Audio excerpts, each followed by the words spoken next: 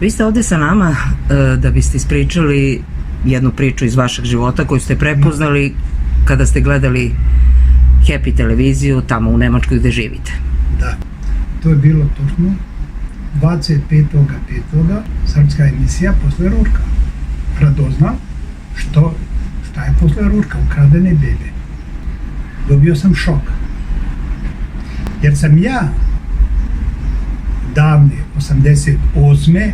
godine igrom slučaja upoznao u Bugojnu u jednome kafiću jednog pravnika, Dragana. On mi je rekao da je pravnik, sa kojim on bio, ja ne znam. I on mi je rekao, pošto je on znao da ja nemam djece, i on mene ispitivao, pitao me šta radim, s čim se bavim, sve sam mu objasnio, kakva je moja žena. Ja sam mu rekao da je moja žena crnka, da je moja mama crna, da ima moja žena jednu curicu, da je oblači, a posle prijateljicu. I onda mi je on rekao ovim riječima, citiram njega, baš dobro, onda u Beogradu, tamo imaš da biraš. U Beogradu, da bi usvojio bebu, 10.000 marakata. Na što sam mu ja rekao, ok, ti ćeš dobiti od mene 1000 maraka, ali ako budu bliznat, što bi volio, ali pod uslovim da bude jedno žensko bar, dobit ćeš 2000 maraka.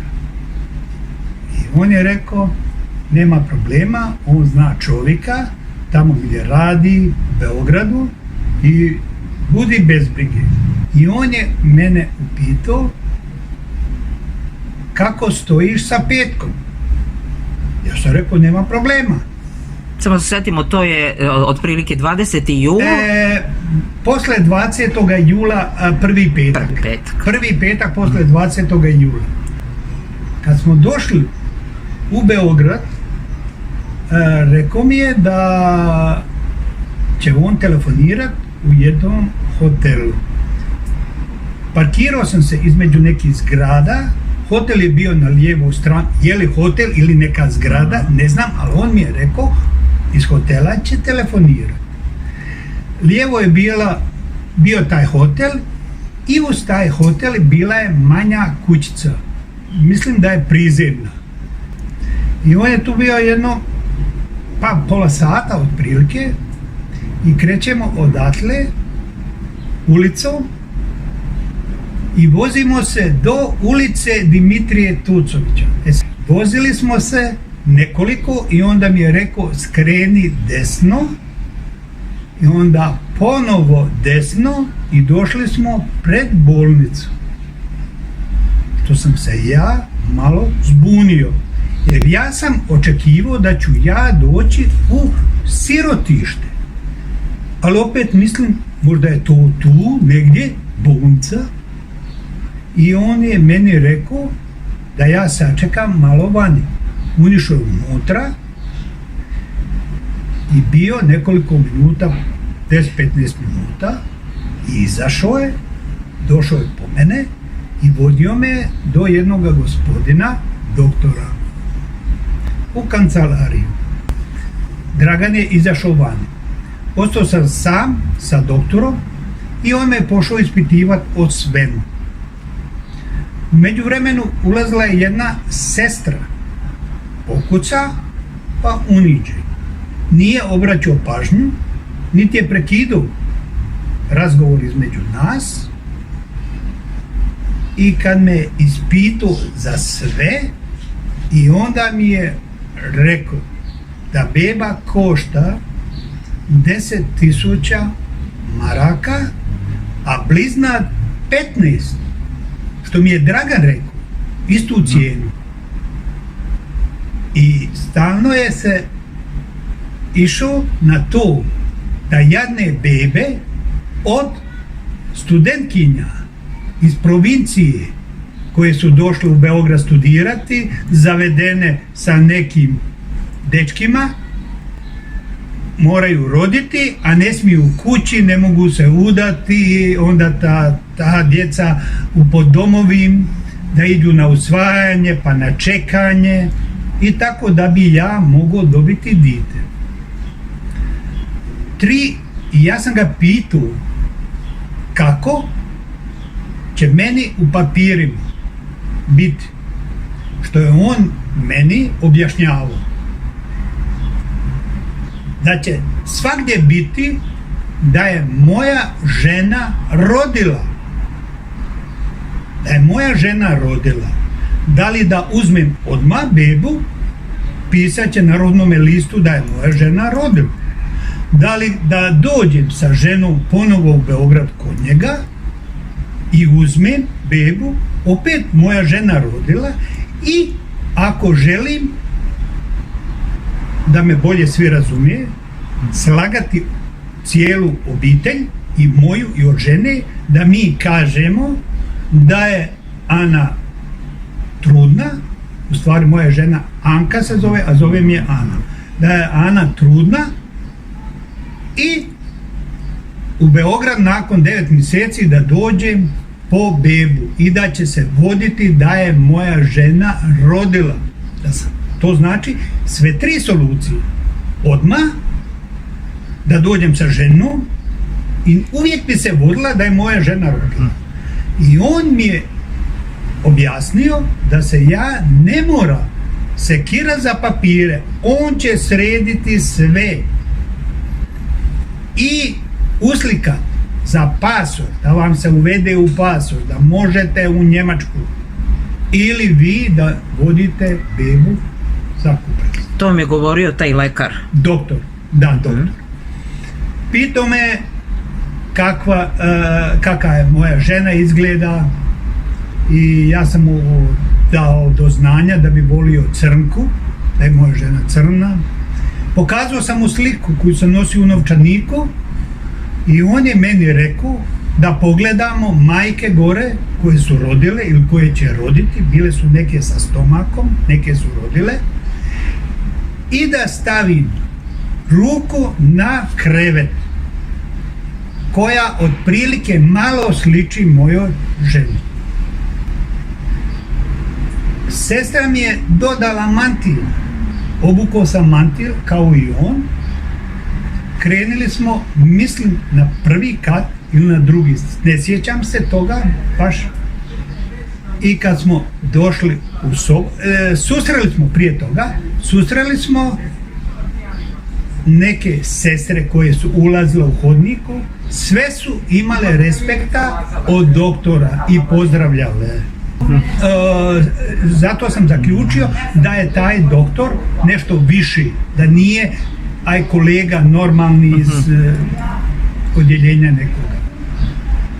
Kad smo došli unutra, gledali smo, 2 žene bi mogle doći, a jedna stvarno crnka, dosta je sličila moju ženu. Bila je vitka, mlada, moja procjena 20 godina, on je sa njima pričao, ja sam stavio ruku na krevet. Posle obilaska porodilja vodi me gdje su bebe. Bebe su poredane bile, ono, ko babuške, 2-3 dana, 1 dan. Ja se zaustavljam kod jedne bebe, privukle me njene trepavice do bebe. I zagledao sam se u bebu. Rekao je lijepa. Ja sam potvrdio i rekao anđeo. To sam mu rekao, da je anđeo. A on? I on je rekao, Iviću, biraj. On je rekao da je to beba od one što sam studentkinje, rekao mi je, od one crne studentkinje što si rekao, što si pokazao da sliči tvojoj ženi. To mi je rekao. I to je baš ta beba na koju ste vi od svih On tih je beba meni najviše. rekao da je ta beba baš od one. To, ajde, tu sam ja njemu povjerovao. Tu sam mu povjerovao. Ali kad je rekao biraj, onda sam se ja šokirao. Kako da biram? Ali ako hoću drugu. Pa nije tu samo porodilište od studentkinja. Tu ne... Koje ostavljaju svoju decu i koje ne smiju kući. Tri puta mi je rekao da mogu birati. Ili da se vratim, pa da ponovo dođem sa ženom, da biram. Možete da se vratite u to vreme i unutar sebe, da se prisjetite šta ste tada razmišljali kad vam je rekao biraj. Dobio sam unutarnji šok. Šta ste mislili? Mislio sam da nešto ne štima. Kopčao sam odmah da nešto ne štima. Biraj. Jer nisam ja vidovnjak neki da ja baš pogodim. Da je on meni rekao 3-5 beba, ova beba je od studentkinja, a ove ostale nisu. Ali kad sam vidio red beba, i on je rekao biraj. Što je to mene šokiralo. Šta ste tada uradili? I onda sam mu ja rekao da ću ja sa ženom pričati, uglavnom, ako Bog dragi da, vidit ćemo se. Tako sam mu rekao. Nisam mu dao do znanja da nećemo, jer ne znam šta nosi noć, šta će moja žena odlučiti, je li to tako, ali on je se sažaljavao na tu djecu koje majke ne žele, rode, pa onda idu u domove, ne znam nija. Hoćete da kažete da je on opravdavao to što radi kao neku humanitarnu on je akciju? Kao human. On je pokazivao meni svojim riječima kao humanist. Da oni pomažu. I ja sam njemu to vjerovao u tome. Sve je bilo ok, ono biraj. Iviću, biraj. Da se vratimo na dokumenta, on je lekar ipak. Kako je on rekao da će srediti sve papire? Kako je on to govorio uopšte? Da li će on srediti papire? Kako će srediti taj pasoš? Ja sam ga pitao, osobno sam ga pitao, papiri kako da znam s čime ću se. On je rekao, Iviću, vaša je dužnost da dođete, izaberete bebu, 10.000 ili 15 ako budu bliznat, i dadnem, mi ćemo, on je govorio, mi ćemo sve srediti, rodni list, i da se u pasoš uvede i sliku za u pasoš, sve ćemo mi srediti i to je tvoja žena rodila i to ti niko ne može osporiti. Pitao me, ja sam ponio pasoš tadašnji svoje žene, pitao me podatke, rekao sam mu sve i upitao me krvnu grupu žene da će se voditi, ime, prezime, datum rođenja, sve podatke naše, i ja sam mu nudio pasoš. I on je meni rekao, kad sam mu nudio pasoš, pokazao mu, on je meni rekao, vjerujem. A vi ste njemu dokazivali svoj identitet? Da, ja sam mu rekao, sve on je zapisao. On je u svoju jedan blok zapisao sve. A vi njegov identitet niti ste provjeravali, a niste ni sumnjali? Nisam sumnjao jer sam tada ipak vjerovao da u tome režimu ne može se svašta raditi, da bi to smrtnu kaznu, da nešto. Ali me ipak ono biraj da ne bi bilo zloupotrebe. To me biraj, ni mi je išlo u glavu nikako. Dakle, lekar je govorio stalno mi, što znači da je delovalo kao da je neka grupacija iza toga. On je govorio mi, nije on rekao ja, on je govorio mi. Mi ćemo srediti. znači kao institut. Da ste tada izabrali bebu, Da, on bi vam dao. da, Da ste došli za 5 meseci, on bi vam dao. Da. Ili za 9 meseci. bez razlike kada. A vi biste svaki put mogli da birate praktično. Da izaberemo što sliči mojoj ženi. Kada ste, vraćali ste se sa tim Draganom kolima, tako? Da li ste mu nešto rekli? Nisam mu htio ništa reći, rekao sam mu samo da ću ja dogovoriti sa ženom. I on meni rekao da ja njemu javim, a i doktor mi je rekao, onda javi Draganu. Da li vam je Dragan pomenuo nešto da vi, s obzirom radite u Nemačkoj, pa poznajete ljude koji možda nemaju decu ili im trebaju deca, da se... Ne, doktor je meni rekao. A, doktor. Doktor je meni rekao, ako poznaješ neke bračne parove, da li Njemce ili neke naše, da se mogu obratiti da ova nesretna djeca pronađu novi dom jer su ovde... nove utočište, hvalio je da mi imamo bolji standard u Njemačkoj, da ovo, da ono. Da. I isto mi je bilo malo škakljivo onoga momenta da on nije tražio od policije da li sam ja čist, da li sam ja lopov, da li sam ja neko. On njega je interesovalo samo da ja izaberem, dadnem 10.000 maraka ili 15 za priznat i to je to. On će sve papire srediti i onda nosimo bebu kao da je moja žena rodila. Da li ste tražili neki žiro račun da uplatite? Pitao sam ja njega. Ja sam ga pitao za novac odmah. Kako da ja uplatim, gdje da uplatim novac.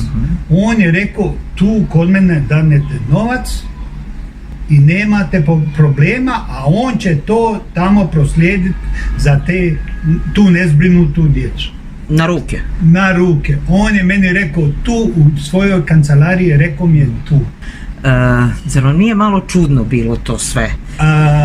Za vrijeme Jugoslavije to nije tajno. Nisi mogao doktoru ako mu nisi dao. Kad mu dadneš, onda je od milicije do bilo koga korupcija je bila ili tada je bila velika korupcija. Bilo je poštenih ljudi, ali korupcija je bila. I zato sam ja vjerovao Draganu, mislio sam, sad ja ne moram čekati, on će to srediti i preko veze odjednom ću ja dobiti bebu, beba je moja, bolje ne more, znači nisam se ja vodio kao da sam usvojio, već da je moja žena rodila. Nakon toga zovete vašu suprugu Anu, šta vam ona kaže? Došao sam, ne. A vratili ste se? Kad sam se vratio kući, drugi dan, što mi je ispričao, pa ne znam, ja kažem, meni kaže bira. Ja kažem, meni kaže bira. Kako da biram? Ja kad ja mali anđeo bio tamo super, on meni kaže da bira. Na što mi ona kaže, znaš šta, pusti ti to, ko zna šta je to. Rata, sve kad sam vidio, ohladio se, jednostavno se ohladio, pomirili se sa sudbinom, jako lip život živimo, da budem iskren, 5.1. bilo 41 godina braka, znači 41,5 sad je, još smo zaljubili. Divno. Taj osjećaj kada ste vidjeli šta se ovdje dešava sa tim bebama i kada ste prepoznali svoju priču. Dobio sam šok, jer sam znao da sam ja to počinio, da neka majka još plače za tim ditetom. Kako bi ja danas 30 godina sam hranio dite i nisam mu rekao, ili sam mu rekao, sve da sam mu rekao, ali ja sam to dite, znači, kupio od lopova. Tu sam ja, znači, u tome kolu, što ne bi mogao sebi nikad oprostiti. Ja sebi ne mogao oprostiti. To me je navelo. Mogao sam ja upravo da kupim tu bebu, ukradenu bebu. Znači, doktori ti koji su radili tamo, oni su krali. Ja tvrdim, taj doktor nikada neću zaboraviti ga. On je mene rekao da biram. Ja sam bio kupac, ali Bog me sačuvao da ne kupim. Jer me je ono, biraj. Kako da biram? Dakle, osjetili ste potrebu praktično da se ispovedate. Humane strane, a osjetio sam potrebu ispovijesti. Da li biste ga prepoznali? Da, Da li biste prepoznali tu bolnicu, da, taj hotel? da. Evo tu negdje priko Borova, tu sam parkirao. Ovdje dole i kuda ona ide, dečko pa ona je tamo. Čega se još sećate ispred bolnice? Nastrešnice iznad ulaza. Jako dobro. Evo ga, ovoga se sjeća, evo tu.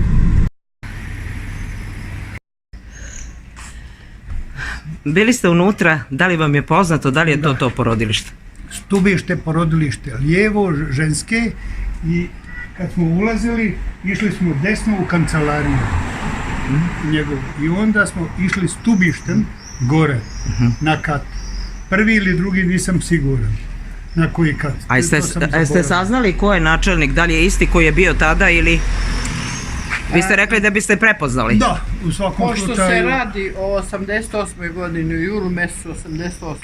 Uvidom u dokumentaciju bolnice ove, ispred koje se nalazimo, saznali smo da je načelnik, odnosno kancelarija desno, sa kožnim foteljama i sa moći kojom je imao, se zvao Mihajlo Leposavić, čovjek sa Kosova. Dobro, da ne prejudiciramo, da pokažemo gospodinu da li bi on to prepoznao. Evo, da vidimo prvo mi. Evo jedna slika načelnika, sad ćemo dati Marku da pogleda tu sliku, da li bi to mogao biti taj čovjek koji je... Ovaj. Da. To je Ko? Ovaj tu. Da. Ovo je on u prisustvu neke majke. Jeste sigurni da je on? 99%. I on mi je prodavao dite za 10.000 maraka. To su teške optužbe, jeste sigurni? Jeste sigurni? Dobro razmislite. A bliznat 15.000 maraka. I najgore je bilo što je on meni rekao da biram, da nisam biru, da nije rekao da biram. Ajde pogledajte još jednom, samo nemojte pogrešno me shvatiti, ali opet, znate, to su teške optužbe, bolje da još jednom pogledate, prosto da, znate, ipak moramo da budemo sigurni. Sa ovim gospodinom sam ja vodio razgovor u kancelariji njegovoj. Bio je on prisutan i ulazila i izlazila jedna sestra. To je 100% istina, prava istina. Ovo je početak otkrivanja istine šta se dešavalo u Srbiji. Očigledno ova zgrada i druga zgrada gdje sam se ja porodila, Višegradska ulica, nije bilo mesto gdje su se rađale bebe i lečile žene. To su bile pijace gdje se deca prodavala. Nažalost, slušajući priču, Markovu priču, ja sam shvatila da sam ja bila žrtva trgovine bebama, odnosno da su kupci mene došli da biraju, jer su 2 dana poslije mog porođaja mene su pozvali u lekarsku ordinaciju, gdje su bila 2 čoveka u odelima. Oni su gledali mene i moga muža. Sigurna sam da su oni bili kupci. Ja koristim ovu priliku da pozovem javno doktorku Milicu Berisavac iz Beograda, koja sam sigurna učestvovala u prodaji, odnosno otimačini i prodaji moje bebe. Pozivam nju i pozivam tu gospodu koji su bili kupci, koji su mene izabrali kao biološku majku njihovog deteta koga će oni da odgajaju. Pozivam ih da učine samo jedno delo, samo jedno tražim od njih, a to je da mi dozvole da vidim moje dete i da dozvole da moj sin sazna da ima svoje 2 sestre. Znači, meni niko nikada ne može vratiti vreme unazad. Niko mi ne može platiti štetu koju su im pričinili. Ali ono što mogu da učine, to je da nam kažu istinu. Sve majke u Srbiji traže samo istinu, da znaju gde su njihova deca. Hvala Marku još jednom u ime svih majki Srbije koja traže svoju otetu decu. Nadam se da ćemo uspeti da podignemo volju roditelja i moral i da skinemo jednom tu sumnju šta se dešavalo. Eto, to se dešavalo. Znači, ovde je bila pijaca, tu su se prodale bebe, ne samo ovde, nego po svim porodilištima. Drugo, da ćemo naterati državu da napokon usvoji taj bebi zakon ili da svoje organe pokrene ili da tužilaštvo krene sa pravim istragama da bi se sprovela u delu presuda Evropskog suda, da se nama kaže gde su završila naša deca. I treće što očekujem, to je da se na osnovu ovog poteza ljudskosti koje je Marko izveo jave još neki ljudi koji nešto znaju o tome. Da li su kupci, da li su prodavci, da li su slepi posmatrači, da li su komšije, da li su radili nekad u nekoj bolnici. Znači, svako onaj ko nešto zna treba da nam se javi. Telefon je 011 2397 848. ili Facebook grupa Udruženje roditelja nestalih beba Vojvodine. Znači, javite se, pomozite, blizu smo kraja, gotovo je, nema više pitanja da li se desilo ili se nije desilo. Jeste, desilo se. Ne treba struka da isprašta zbog nekih ljudi koji su to radili. Svi mi, u stvari ja koji sam odustao od kupovine i oni koji su kupili, mi smo žrtve jer su oni nas lagali da su to dica od studentkinja. Mi smo prevareni. U stvari, mene nije prevarilo, a druge je prevarilo. Zato oni su žrtve, prevareni su žrtve, nisu lopovi. Evo da iskoristim ja priliku da pozovem te mame koje nisu rađale, a imaju papir da su mame. Njih pozivam da učine dobro delo, a to dobro delo da kažu deci koja nisu njihova, da kažu istinu.